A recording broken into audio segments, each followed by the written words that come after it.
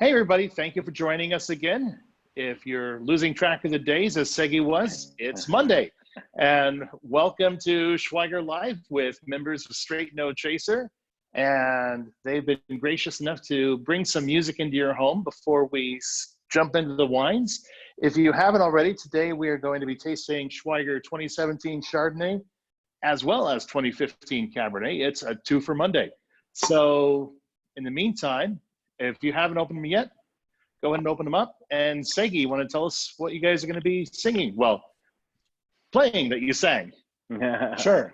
So this video is one of our quarantine sessions, which you can find on YouTube and our Facebook page.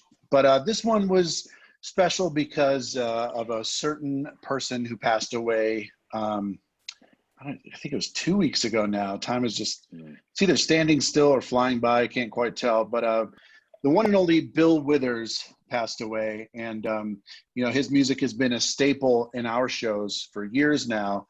And this song that we're about to play was the closing song of our show for about a year and a half or so. And, you know, especially during these times, the message of this song definitely resonates with everybody. And it's got a good message, and Jerome sounds incredible on the solo. And without further ado, here is Lean on Me by Bill Withers.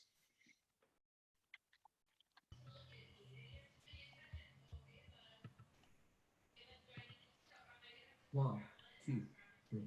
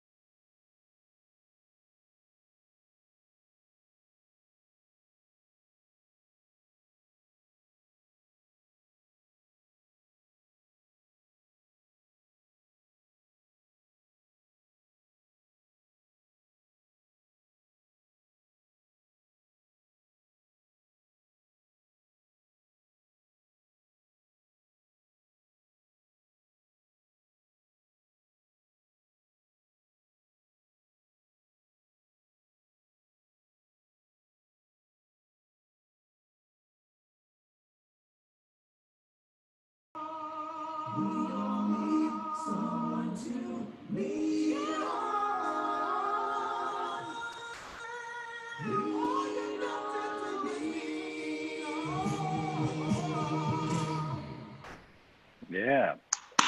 All right.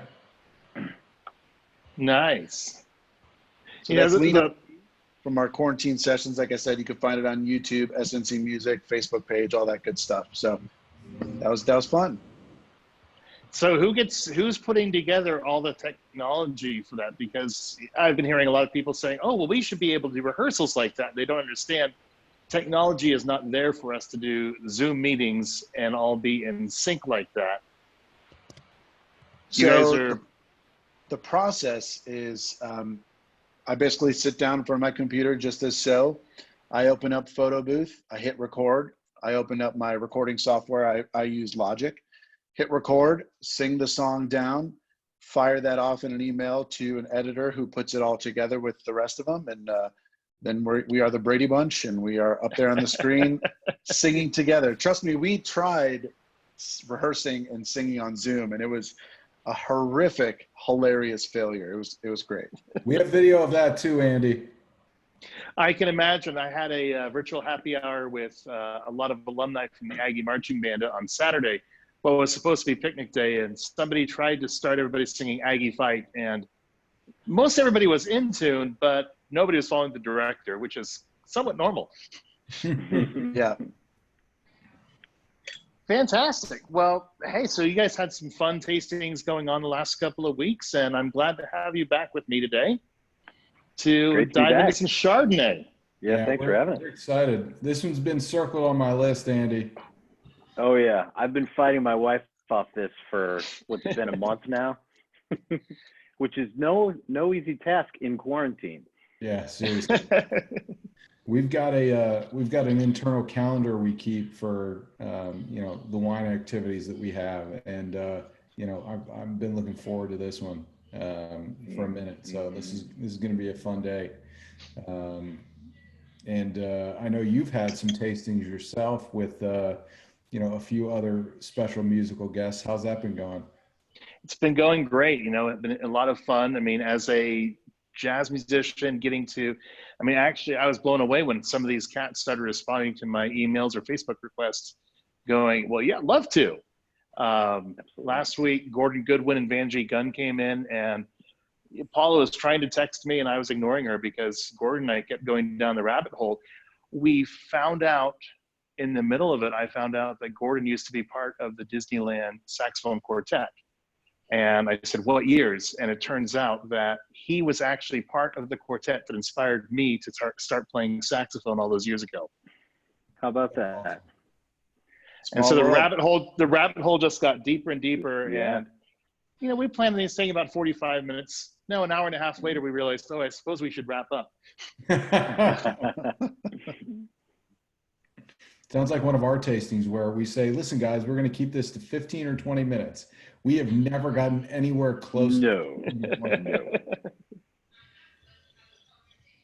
Yeah, so 2017 Chardonnay has that characteristic Spring Mountain District, that white peach, that flinty minerality, but it's extremely, extremely vibrant today. I did the 2016 with Brian Culbertson on Friday, and the 16 was tasting magnificent, but the 17, the fruit is it's even brighter than the 16 is. Yeah, definitely the minerality on the nose. Oh yeah. Yeah. So lots of lemon. My wife is not generally a big fan of Chardonnays, and this is one of the few that she really enjoys. So hence me having to fight her off it for a month. What she doesn't like is sort of the buttery, the big oak. Get any of that, right? You get that nice, like you said, for me, when I smell it, it's peach right away. Yeah. A little bit of green apple, but it's not too buttery. It is not a butter bomb, Andy. Thank you for that. So this is a combo of stainless steel and French oak, right? Yes, it's about 20% new French oak, about 20% stainless ferment, and then the rest of it's 1 to 5 year old French oak. Yeah, it's a nice blend of that buttery vanilla kind of notes you get from that oak, and then the minerality you get from the stainless steel. Fruit. Yeah. So it stays crisp. It's pretty genius. I love it. Yeah. Oak, to me, oak is a tool in the winemaker's palette. like makeup, is tastefully applied to enhance natural beauty, not hide the beauty. Right. Yeah, I'm tasting a nice salmon with this, or even like a roast chicken, roast vegetables. That'd be so good. Chicken and some Brussels sprouts with this. You know, maybe yeah, roast Brussels sprouts, definitely. Pancetta. Thinking another bottle of Chardonnay would pair really well with this bottle of Chardonnay. That Persian rice from the Salt, Fat, Acid, Heat cookbook would be phenomenal with this wine, 100%. Yeah, that's the fun thing, is you can go so many different directions. But you know what? None of us went, really red meat on this at all. We're all going fish or chicken or vegetables. Obviously you don't typically pair a Chardonnay with red meat, but I think that this could be nice with a pork chop too. So like soy ginger glaze pork chop with this would be really nice. Even fried chicken, you get some of that saltiness from the fried chicken. Yeah, we're doing it's still a little cold here in Northern California, so Paula's doing chicken pot pie and throwing in some of the leftover ham from Easter. Nice. I love chicken pot pie. That'd be great. Chicken pot pie. What's interesting is a couple of weeks ago we did the 2016 Chardonnay together, and I threw out that chicken parm idea. I don't think the chicken parm would work as well with the 17. It's almost like the acidity and the citrus is too bright for the chicken parm. Lobster bisque. Yeah, I'd agree with that. Lobster bisque. Yeah. Sounds like a seafood risotto would be really nice. Gibson's Italia does a 7-year aged risotto with scallops, and man, that would just be insane with this. It's after the finish, it's almost got this like cooling effect in my mouth. I don't know how to explain it, but it's like it's like a cool breeze coming over a hill after the finish. It's really nice. Did you swallow one of the ice chips you put in your glass? I don't do ice chips. No. But this is great. I mean, it's pretty low acidity. There's no acidity on the finish.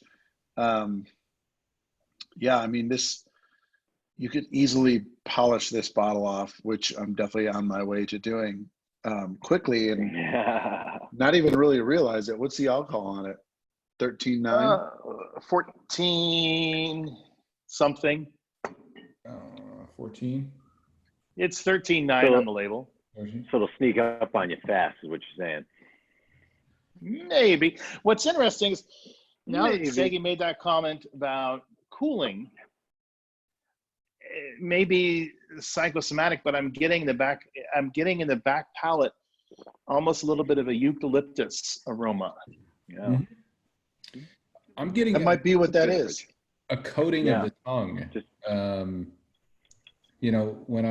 When I'm tasting it, it's sort of going, front palate, mid palate, back, just really coating the tongue the entire time. Yeah. Which is what I enjoy about this Chardonnay, right? It's still got a very pronounced, like very bold mouth feel, right? It coats the whole mouth front to back, and that's why I was thinking, some like an oilier fish, salmon with a glaze, or the pork chop with the soy glaze would really, it kind of you want to get this to get in there and just wash all that down. It's got a nice light color. It's not super brassy or gold like a lot of Chardonnays you see. And I think that's probably because, I think Andy would be able to answer that question best rather than me make something up. Oh, let's hear what you make up. I might use it in the future. Yeah, there we go. Okay. Yeah, then he'll want to get paid. I feel like you don't leave the skins in too long, and maybe some of the stainless steel takes some of the coloration out. I don't know. I'm just trying to guess here. I would think that the barrels would add color, a little bit of color, so that The it's barrels, not in yeah, the but barrel that long. Keeps it a little bit lighter on the color side. So I actually, 2016 was the first vintage. I've been doing some reading about pre-oxidation, where I do not whole cluster press. I actually destem, crush, and press, because my press is better designed for red wines, but I can't financially justify having a press specifically for my whites when I only do 2 white wines and I'm done for the year. But what I'm doing, this idea of pre-oxidation, is that you allow the juice to become somewhat oxidized in tank, allow it to turn brown, and then hit it with a small dose of SO2 to bleach out that browning. And you've actually allowed the polyphenol oxidase, the enzyme that causes browning in fruit, you've allowed it to react and use up its efficacy, and it prevents it from browning or coloring down the road.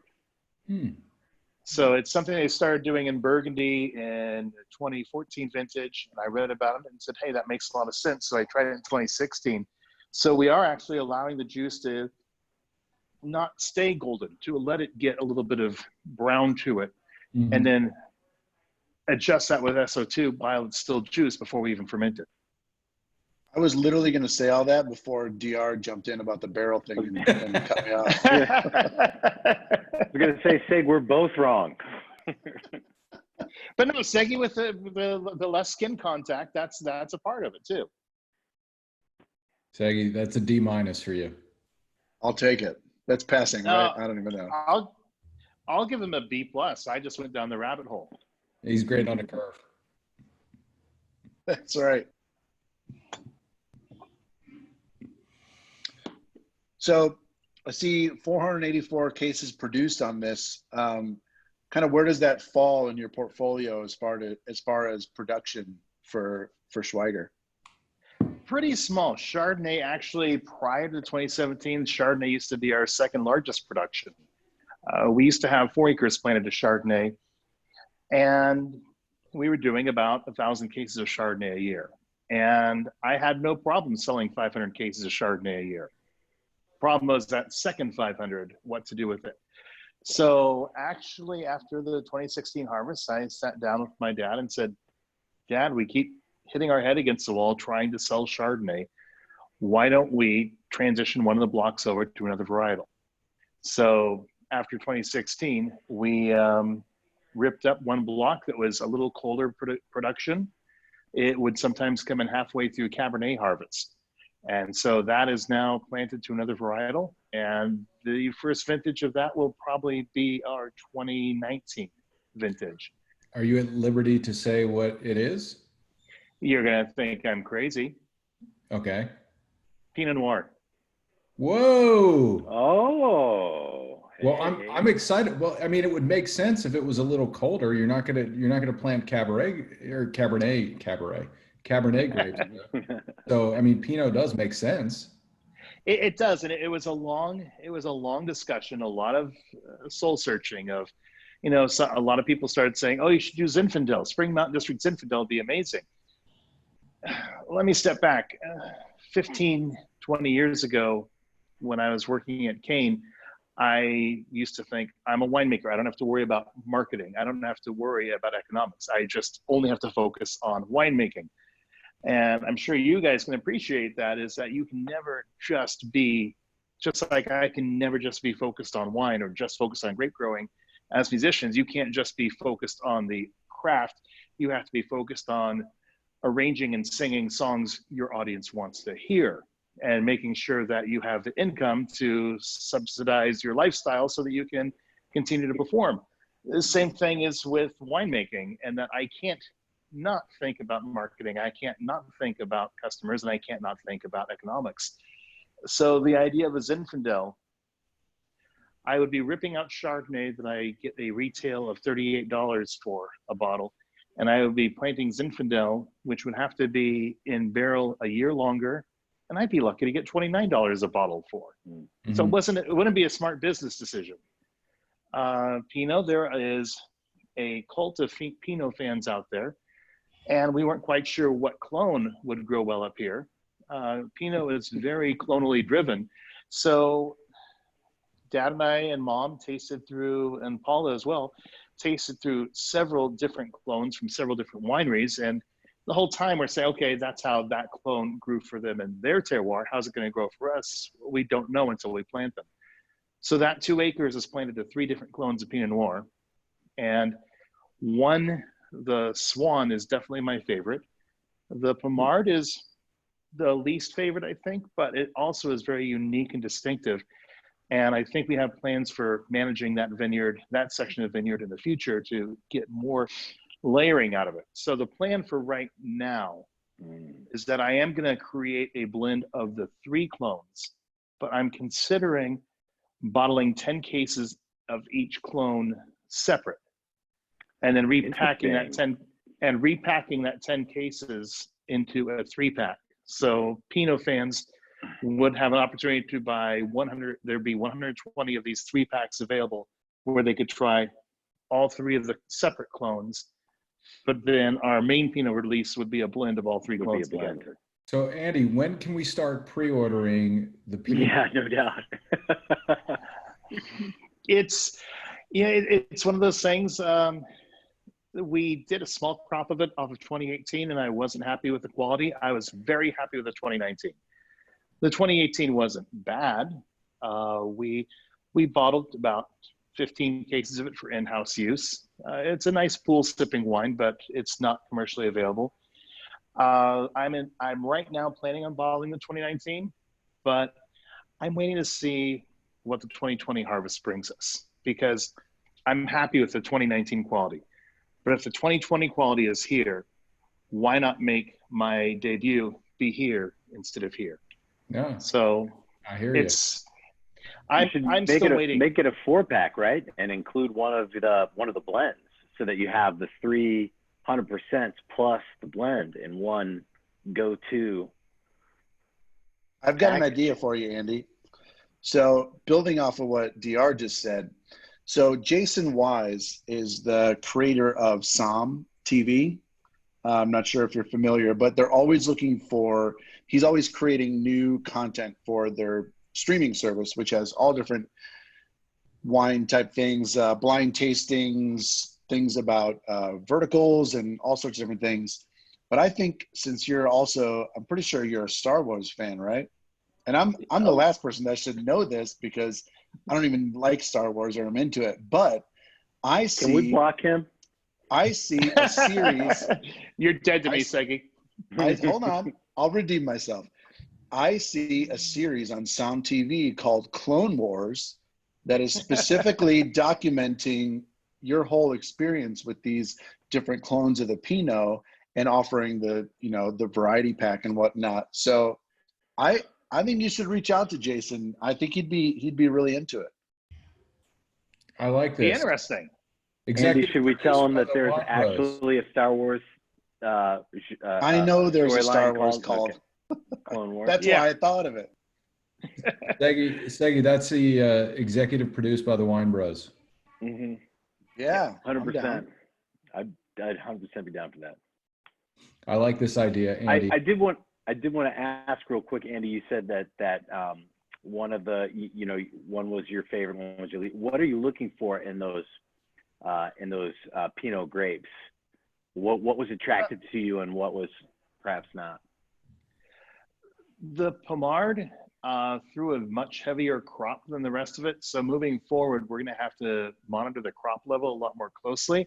So the mid palate of the Pommard just wasn't as vibrant as the Swan or the 777, but I think we can adjust that in farming as we learn more about it.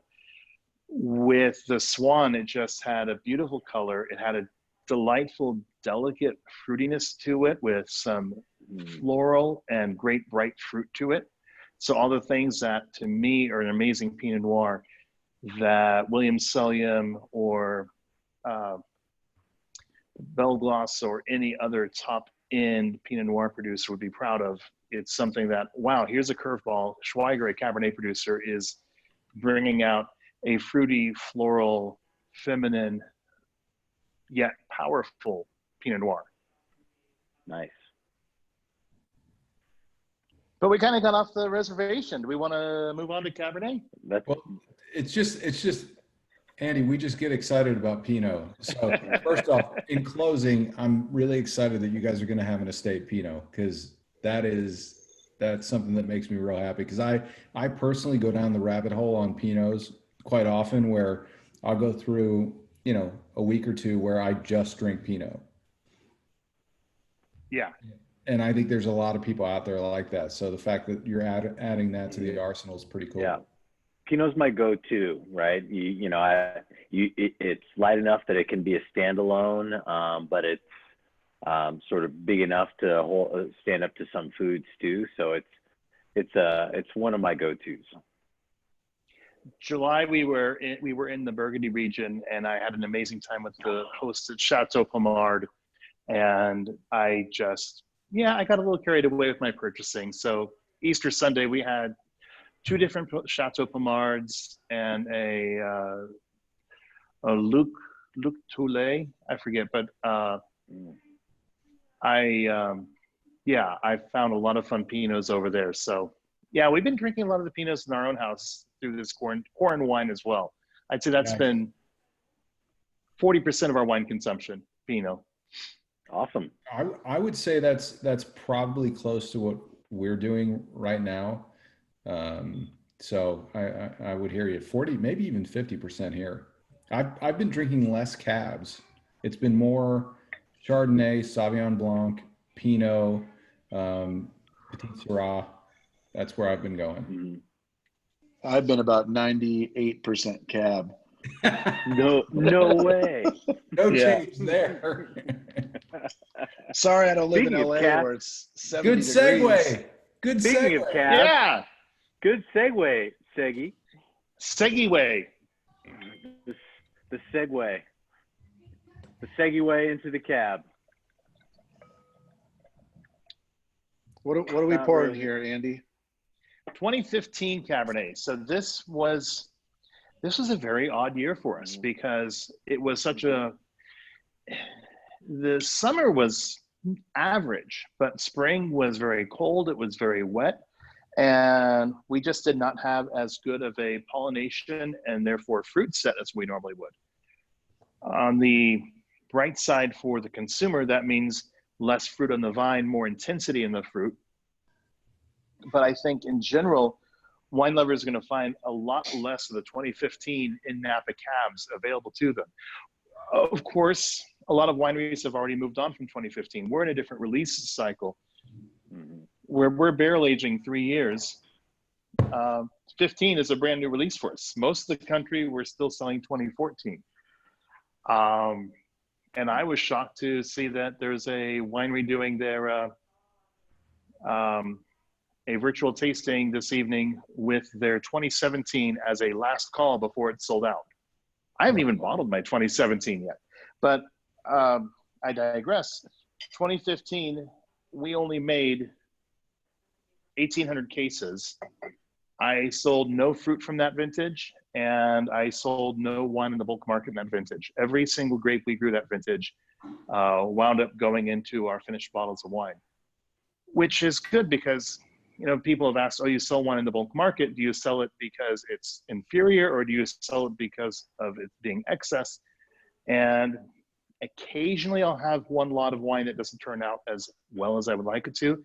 But for the most part, the only reason we sell in the bulk market is we don't want the brand to get too big too fast and get into the mass production world of having to do business with the Costco's and the Trader Joe's and the Total Wines of the world. Well, I'll tell you, we don't put UPC codes on our back labels. Having Straight No Chaser on will definitely help in not getting you guys too big too fast. So great business there. Self-deprecating. Love it. But on the nose, I'm getting a ton of just dark cherry, blackberry, the dark fruits. So I don't know how much of this was because I read the back of your label here, but I'm getting pomegranate all day. Oh yeah. Yeah.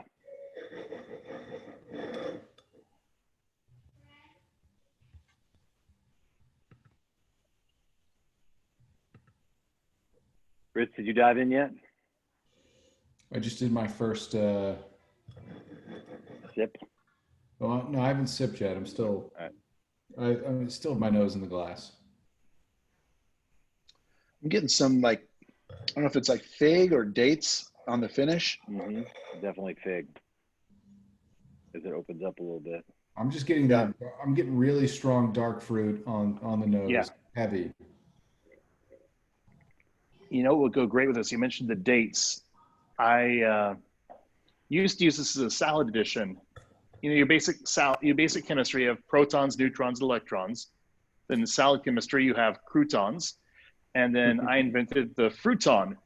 And the fruiton is the fruiton a chemistry. fig. Yeah, the fruiton. It's a fig stuffed with goat cheese, wrapped in prosciutto, and you smoke it until the fat just starts to render out. And it squeezes that fig. Serve that with this Cabernet because you've got the fig notes, a little bit of date.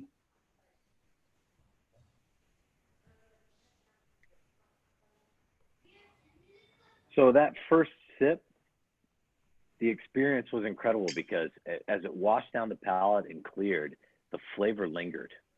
Yeah. Right? Like Mm-hmm. the presence lingered for a few beats before it kind of evaporated in my mouth. It just was a really pleasant experience. You know what I'm getting pretty prominently is that cedar note. Yeah, I'm getting that now that you said that. Same with the pomegranate. I wasn't identifying it at first, but like a like a cedar chest you open it, and that first whiff as soon as you open it, that's the vibe I'm getting. Mm-hmm. you open a lot of cedar chests. Oh yeah, I store my sweaters there that I don't need. Your LA sweaters. Yeah. See, and I would take that cedar and think more like a cedar cigar box because there's just a faint dried tobacco leaf to it as well. Yeah. Absolutely. You're just more articulate than I am, Andy. No, I just want to go back to Cuba. It can be both. Yeah. I've never been. When did you go? 2015 with my drinking band. So when Straight No Chaser, when Straight No Chaser wants to tour Cuba, take me along. I'll show you guys around because been there, performed there. It's fun. Awesome. Yeah. Might be the only place we can do shows. I was there about 3 years ago. I still have about 150 or so Cuban cigars in my humidor in my basement that just haven't, I mean, we brought back so many. I'm just like, I smoke like one cigar a year maybe. So I'm good for about 150 years. So that's good. So next Fox show, we might. Yeah, right. That might be in a couple of years. Let's just drive over there. But you know, what I like about this cab is that it's really smooth. You know, that it's not overly tannic, and I feel like it's more approachable than a lot of cabs you'll get out of Napa. This is definitely, I mean, I don't know. I think I'm just an alcoholic because I'm saying the same thing over, that this is very easy to drink and you could easily drink the entire bottle. But there are definitely cabs you open, you're like, man, a glass and a half of this and I'm good. But this is really smooth and pretty easy to drink for a Napa cab and balanced and elegant. You know, it's not too heavy. It's not there to punch you in the face. It's there to kind of like, you know, sneak up on you almost. Kind of what I was saying about the Pinots, right? As it being, you know, a wine that you can have by itself, but also enjoy it with food. Like, I feel like this is a cab that could stand alone. You know, you could pop this and drink this, you know, with just drink it, right? You could pair it maybe with some cheese, something light. I think that this could stand up to, you know, the steaks that we were talking about, or something a little bit heartier. So I think that's what's really great about this particular cab is that it's great by itself. I'm sure, you know, if I had a nice big steak here, it'd be great with that too. Yeah. Well, you know, I'm surprised you don't. mountain fruit can get very aggressive and tannic. And so that's one thing that we do very careful, is make sure that we are aging this in barrel long enough, not to get oaky or toastier, but to let those tannins soften and round out. And the one thing we did that I think saved the vintage, I'll try, this is not a photo from 15. I'll try and get close enough. This is not ideal, but typically in a given vintage, as we're picking, you can see my finger is pointing to a very tiny green berry. Mm-hmm. Can you guys make that out in the photo? Yeah. So Kinda. that is a berry Yeah. Uh-huh. that did not fully pollinate. And so those have no sugar. They're all acid and tannin. And the 2015 vintage, about 50% of the berries on our clusters were those small green berries. And it was just fortunate that we had just processed a wine club shipment, because I called up Carlson, who I buy a lot of my equipment from, and said, I need a sorting table. I need a sorting table tomorrow. And I was waiting for them to laugh at me, and they said, Andy, we have somebody here who they ordered it 6 months ago. They have not paid for it. They have not put any money down on it. I said, I will be by there in half an hour with cash. And that sorting table saved the 2015 harvest for us, I think. A lot of people wound up having to bulk off a fair amount of their 15 because it was so tannic and bitter because of those small shot berries. Is that due to the weather that year, or was That it was holdover from the due. drought? We had a very cold, wet spring, and grapevines, you can't see very well. I'm just grabbing photos that I have to give an example, but grapevines have petalless flowers. So this is a very young cluster before it has opened up. But when that opens up, there will be pistil and stamen inside with no petals. And they typically will self-pollinate themselves. But if you get too much moisture or too much rainfall, if you have moisture, it could prevent that cap from popping off and it will strangle the berry. If you get moisture, it'll wash the pollen off before it's fully pollinated. So you get those weird little stillbirth green berries. You know, as it's opening up a little bit more, I'm getting like a little hint of, you know, dark chocolate, like the cocoa nibs on the finish. I was just gonna say, I noticed the cocoa or mocha on the tasting notes. I'm not getting that at all. And maybe that's gonna be something that develops. Maybe you've had it open longer than I have. I was just, you know, typically with Napa Cabs, I'm expecting to get a little bit of that, you know, cocoa chocolate note, and I haven't gotten any of that yet. But it may be coming. It's still developing. I think another half hour in the glass, depending where you're at, that might start to present itself up a little bit more. Oh, yeah, that you mentioned it now, Seg, just a little bit at the very end. But again, it's still lingering, right? I'm still getting that lingering fruit, dark fruit taste as it lingers for a second. And then as it's evaporating, I get just a little bit of cocoa on the end. My wife is cooking dinner, so maybe it's the aromas interacting with the whole experience right here. Cedar, pomegranate, you know, those are the vibes I'm getting. This is onions and garlic kale, I'm hearing. Caramelized onion and garlic, caramelized onion, garlic, and kale. That's what is wafting into the room right now where I am. It's amazing. You had me until kale. Hey, you know what? You've thrown off the way that my wife does it. It's probably going to be 1-to-1 garlic to kale, so it's fine. Okay. When you wash it down with a slice of Lumels, it doesn't matter. Doesn't really matter.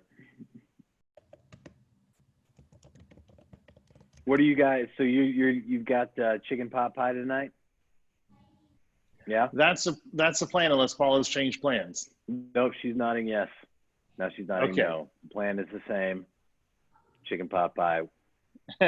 What you said that you? The important thing is it's my night off. Yeah, right. You said you had some burgundies for Easter. What were you pairing with those bad boys? Oh, it was just real straightforward. It was a honey baked ham and scalloped potatoes, sous vide asparagus. Perfect. Yeah, perfect with a burgundy. Yeah.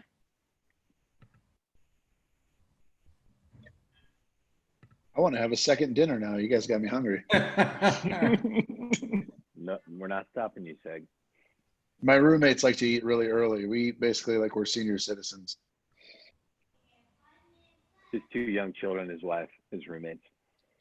Yeah. It's me and my wife and our 2 roommates. Mm-hmm. Well, Dude, yeah, a lot of people are favorite taking films. a lot of people are taking the Hobbit style living in the quarantine era. So you could go for second dinner. Oh, I have at least 3 breakfasts. 11 C's. Exactly. We started drinking. I'm not even kidding. I opened a bottle of sparkling rosé at 10:24 a.m. Not even exaggerating. It was 10:24 a.m. No, yesterday. Oh. And Jamie and I were like, you know what? It's gonna be one of those days. Sunday fun day. We're not leaving the house. Kids aren't going anywhere. Let's just get into it. There's no one that's going to judge you for that on this Zoom conference, and even if they did, Nah. What's done is done, my friends. I almost picked up a couple of bottles of bubbly at Whole Foods yesterday when I was picking up saffron for the Persian rice. listen, on a Sunday, a little bubbly for brunch. I mean, that's sort of a prerequisite. I've been enjoying some Bloody Marys with my Sunday breakfast.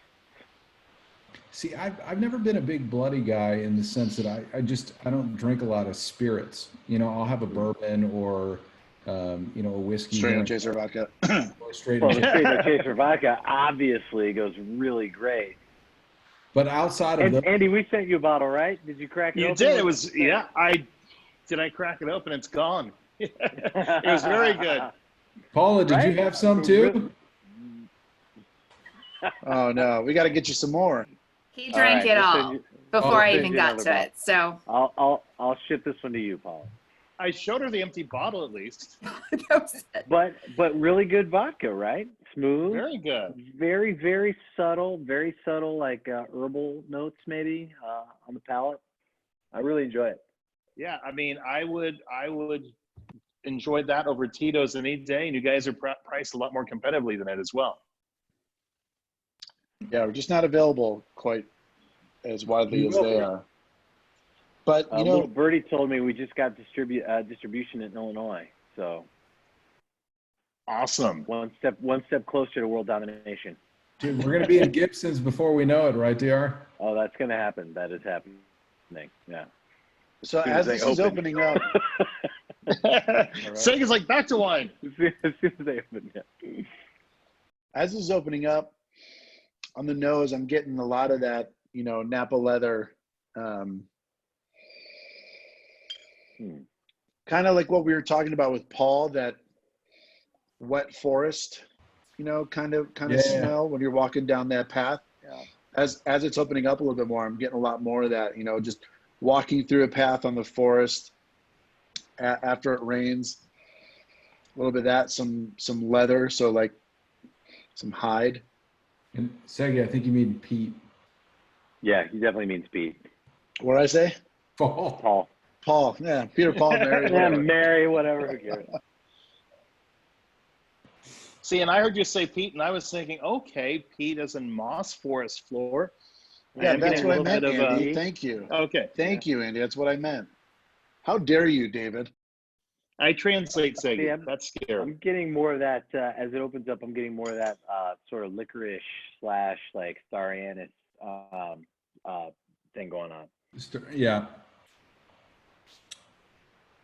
I can see that.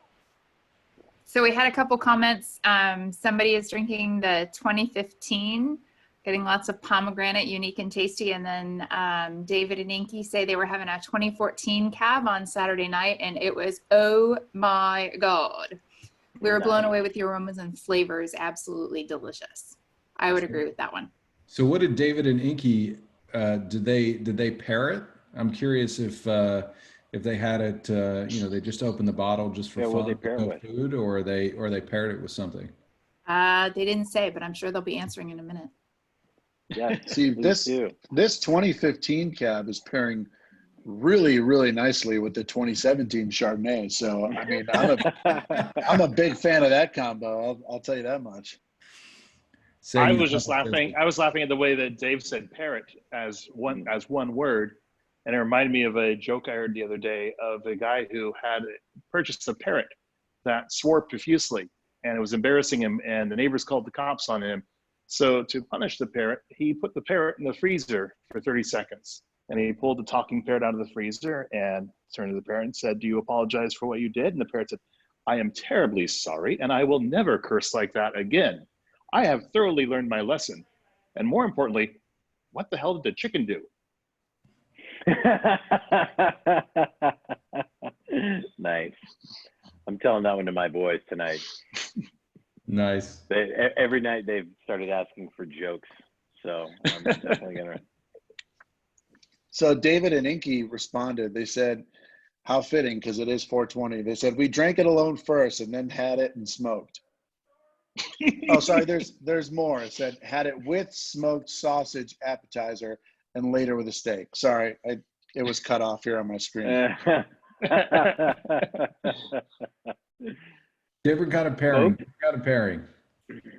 So, all right, David and Inky, did you smoke the sausage yourselves, or do you have like a butcher that you go to that has a good smoked sausage? Now I'm I'm always in for the pairing of food with wine. That's my thing. So I'm really curious if they smoked it themselves or they just have a guy. And are they the ones in Detroit? Because then Segi, you should get me some. No, they're not. No, I believe the Hanchets are from Detroit. David and Nikki, where are you? I want your smoked sausage. That sounds weird.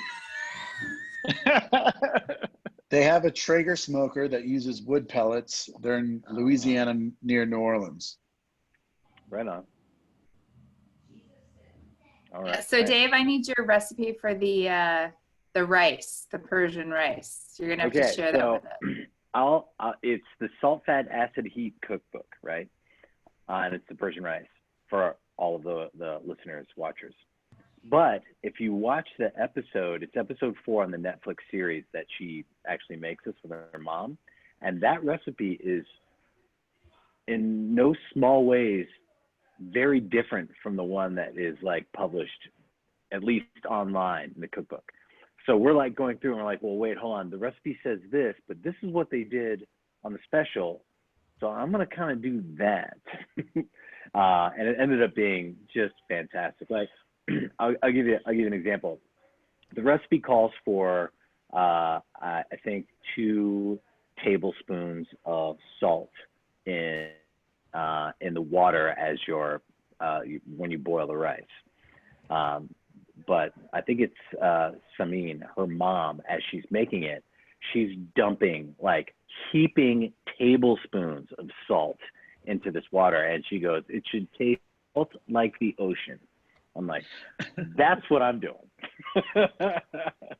So watch a Netflix Salt, Fat, Acid, Heat. It's episode 4 for this particular dish, and follow that recipe.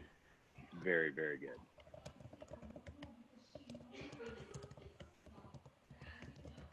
It'll pair great with this Chardonnay, the one that my wife took. So Andy, I think I know we're running about an hour here, but I think we're going to be talking. We're going to be talking again this week. You want to tease a little bit of that? Friday we're going to delve into dessert. So maybe we should all come up with something fun chocolate, or go off the reservation and do non-chocolate and come up with a fun pairing for Friday. We'll be doing iteration 15, which is our Cabernet Sauvignon based port style wine.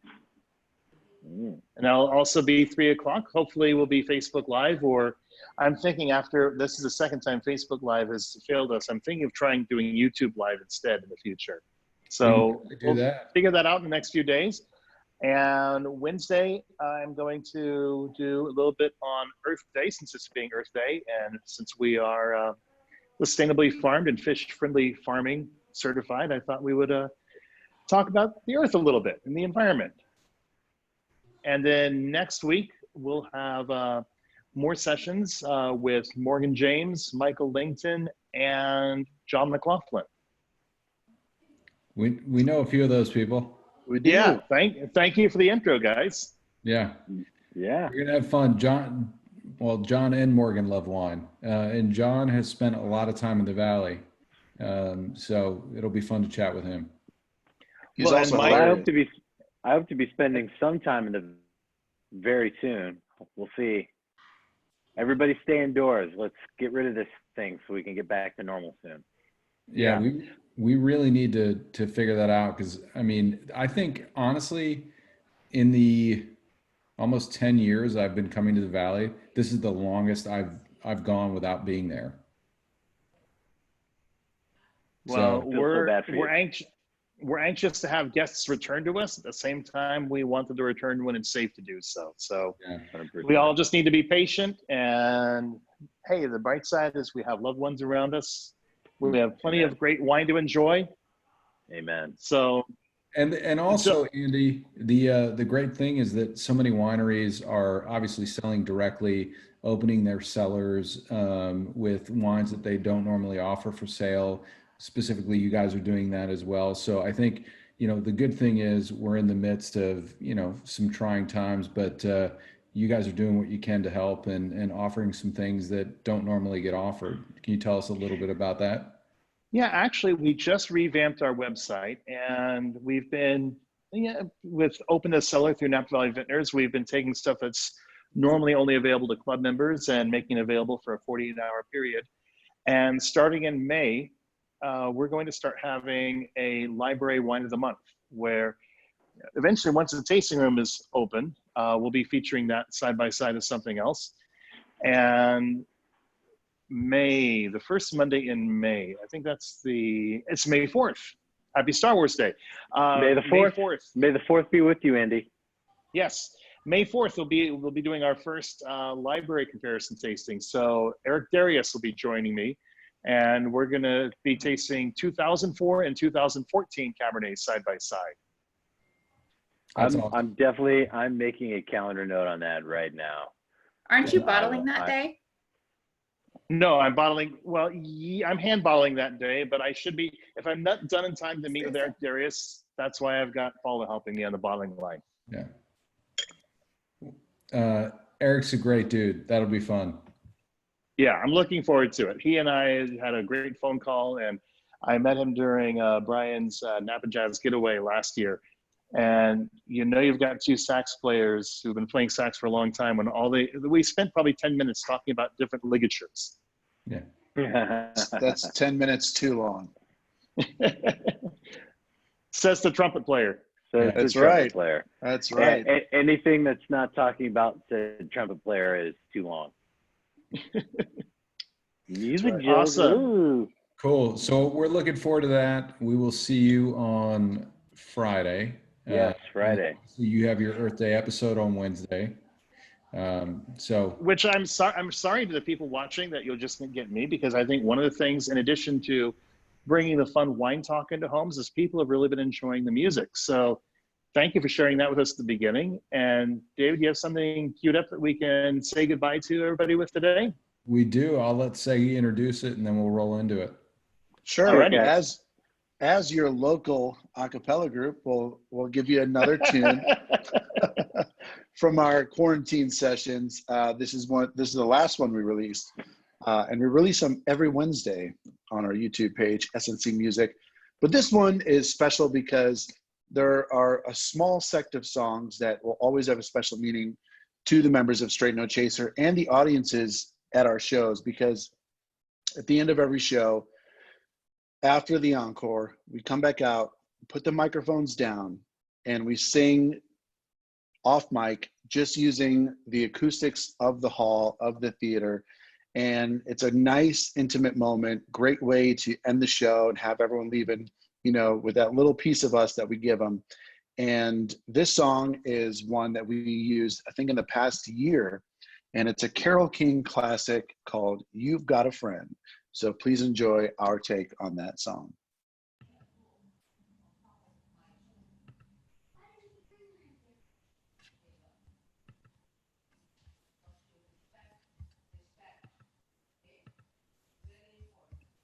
I love hearing all the clicks. It's great.